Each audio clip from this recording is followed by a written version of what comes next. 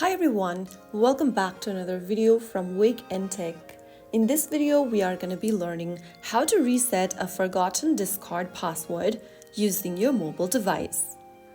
If you've forgotten your password while logging into Discord, then here is how you can reset to a new one. Launch open the Discord application on your smartphone, and once you end up in this welcome screen, click on the login button at the bottom. Now on the next page, you'll be asked to enter your email or phone number followed by your account's password. Go ahead and enter your email or phone number in the first tab and then click on Forgot Your Password under the password box. An instruction will be sent to reset your password on your email. Go ahead and open up your email inbox. Also, don't forget to check the spam folder.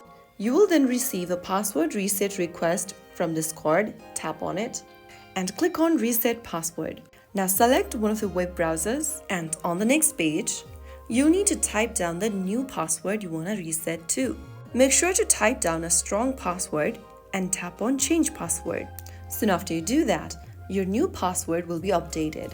Tap on Continue to Discord, and now go ahead and enter the newly updated password in the password box. Click on Login once done, and you'll be back to your Discord account in no time.